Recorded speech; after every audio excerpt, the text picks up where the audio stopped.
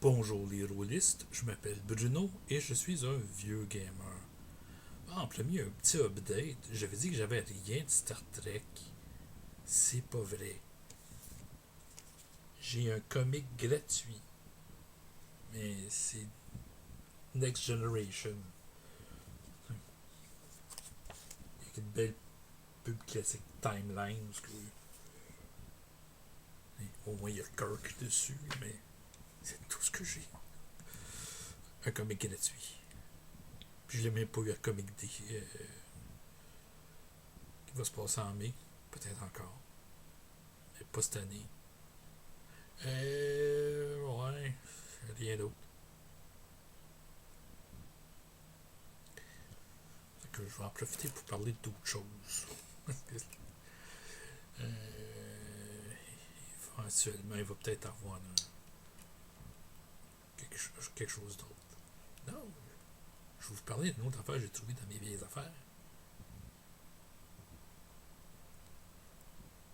Il y en a qui savent c'est quoi. Il y en a d'autres qui n'ont aucune idée.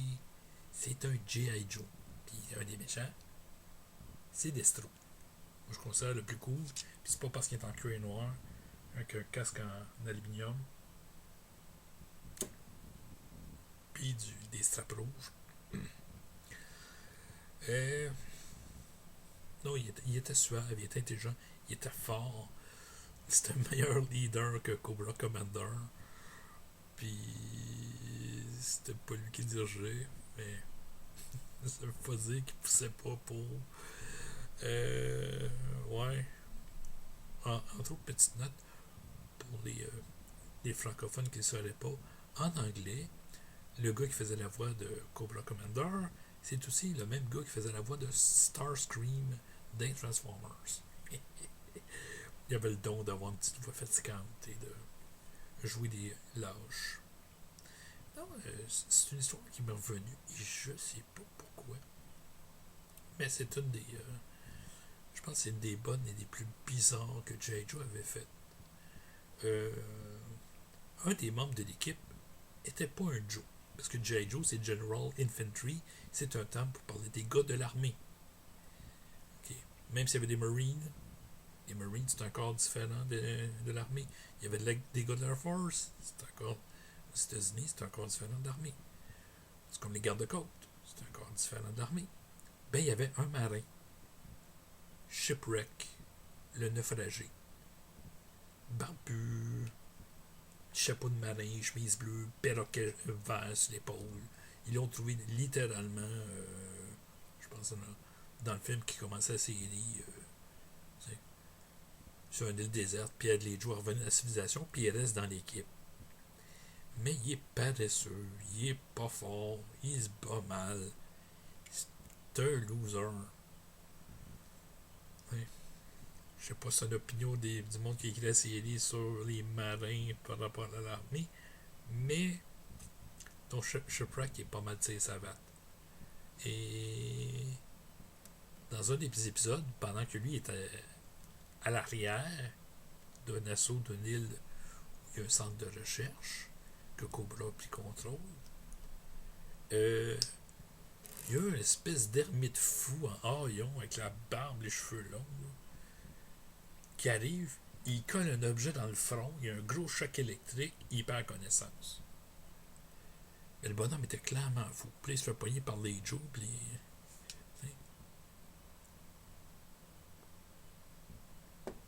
Shipwreck se réveille des années plus tard.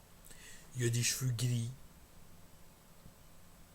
Il est marié à une fille disons, qui est la première fois qu'il a rencontré, il pensait que c'était une sirène. Cobra avait fait des manipulations, je sais pas si c'était génétique ou juste chirurgical, mais il avait donné des branchies, puis il était plus capable de respirer hors de l'eau.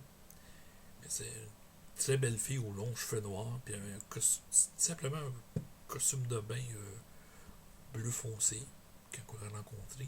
Mais là, il était marié avec. Puis il y avait une fille qui se souvenait pas d'avoir eu une fille. Puis les J. Joe avaient gagné la guerre grâce à la formule que le bonhomme avait mis dans sa tête. Puis, c'est ça, tout le monde était à la retraite. Euh, Flint, qui est un des commandeurs de Shipwrecks, se pointe à un moment donné pour venir le voir. Il porte encore son béret d'armée, mais chemise hawaïenne, c'est pas bizarre. Il y en a qui a une Ferrari, puis une pitonne à côté de lui. Sauf que Flynn, il y avait une blonde des J. Joe. C'était un des deux qui avait une blonde. C'était Lady J.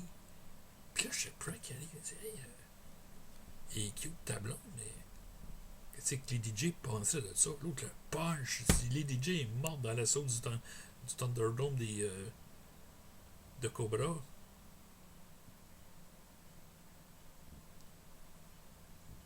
t'es un espèce de salaud de nous sortir ça des années après, puis il part avec ses pitons. C'est les autres qui expliquent, là. Il a fait ça devant d'autres copains, mais je savais pas.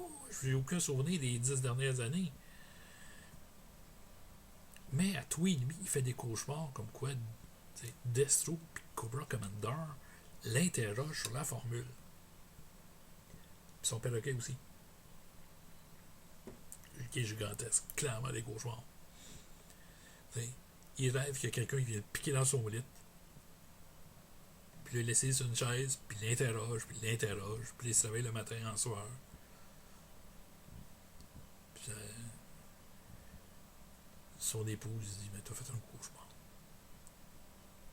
Puis ça fait ça pendant plusieurs jours, puis à un moment donné, il se lève la nuit, puis il va se laver la face. Puis là, il voit que il y a de la teinture argentée dans l'eau.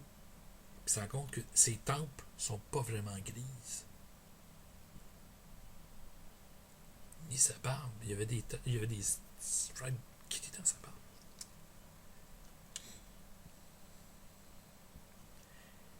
C'est là que son perroquet, qu'on n'avait pas vu de l'épisode, arrive avec une petite boîte. Puis il place sa femme puis sa fille avec, puis il se désintègre, il devient une espèce de liquide gris, puis lui il capote, là, il aimait cette fille-là, il l'aimait vraiment, il attendait qu'elle soit guérie pour la marier, parce qu'elle pouvait juste vivre dans l'eau. Puis là, elle, puis cette petite fille qui avait appris à aimer, disparaissent. T'sais. Puis là, les autres Joe qui arrivent, encore là, le perroquet des blancs avec son énergie bleue, puis ils fondent. Puis là, il fait un effondrement total. Qu'est-ce qui se passe, puis tout. Puis là, c'est là qu'il reçoit un message comme quoi, il est prisonnier de Cobra. C'est toute une simulation pour lui faire dire c'est quoi la formule. Puis là, il se fait capturer.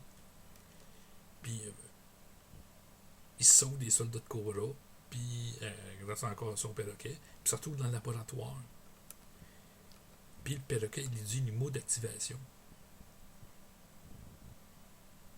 Puis il s'appelle de toute la formule, puis commence à la faire. La formule permettait de changer l'eau en explosif.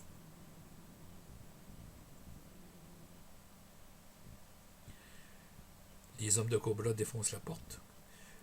Ils le mettent en joue. Lui, il a un becker complet de la formule au-dessus de l'évier. Il dit faites ça, puis je verse la formule, puis vous ne pourrez jamais l'analyser, puis je vais faire sauter l'île au complet avec parce qu'ils ont créé un village au complet. C'est qu'il a tiré aussi partout. Cobra Commander freeze, puis il dit à ses hommes de ne pas tirer. Ben Destro, il se croise ses bras, puis non. Il dit je vais le faire. Il verse la formule dans les tuyaux d'égout, les autres comme non. Destro, pas nerveux pendant tout le regard. Pogne une allumette.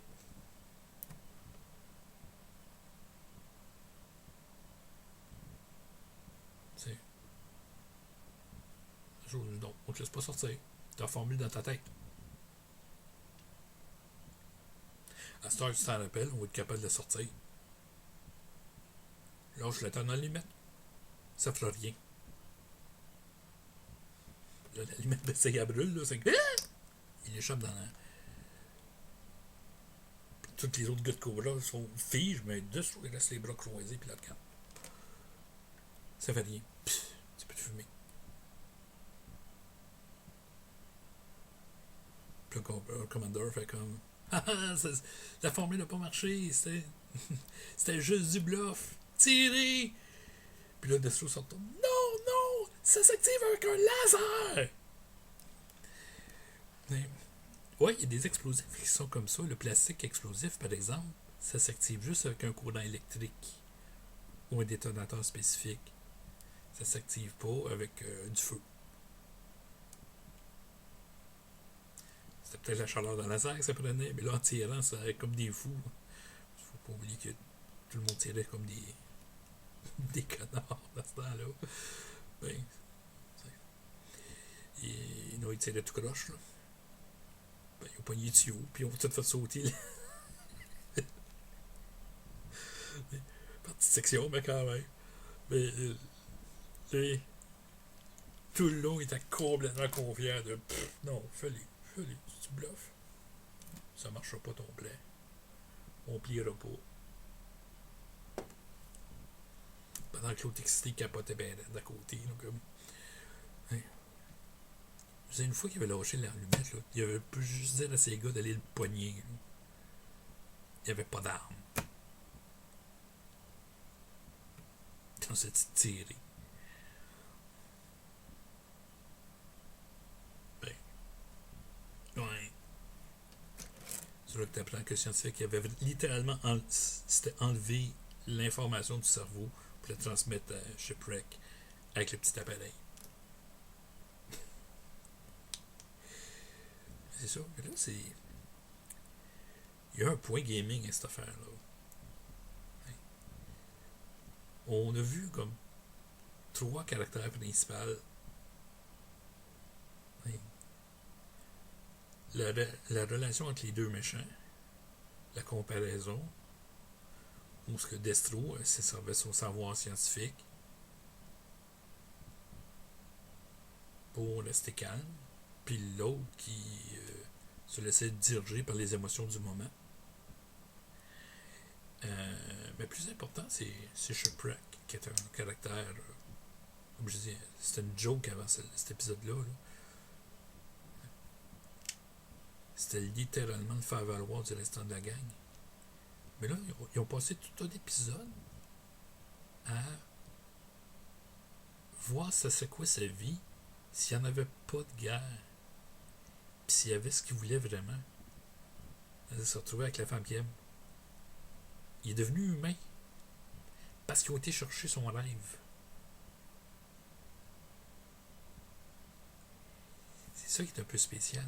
Cora savait qu'il aimait la fille parce que c'était lui qui l'avait libérée. C'est pour ça que c'est elle qui ont choisi. Ils n'ont pas pris une fille des G.I. Joe. Ils ont pris une fille qui était en fait une membre de Cobra. Ben, ouais. Est-ce que, quand il y a des créations de personnages, vous attardez vraiment à ce qu'ils rêvent? C'est quoi qu'ils veulent s'il n'y avait pas à faire d'aventure? Ça donne une touche plus humaine. Puis un personnage qui frivole devient tout d'un coup une personne. Donc, est-ce que vous l'avez fait? Je l'ai fait dans une autre game que je vais parler à un moment donné avec un NPC. Puis ça, je n'ai jamais cru ça de lui. Mais ça se tient. Puis, ouais, il est plus 3 dimensions à cette heure. Ouais. Donc, laissez-moi vos commentaires et vos idées. Puis, sur ça, à la prochaine vidéo.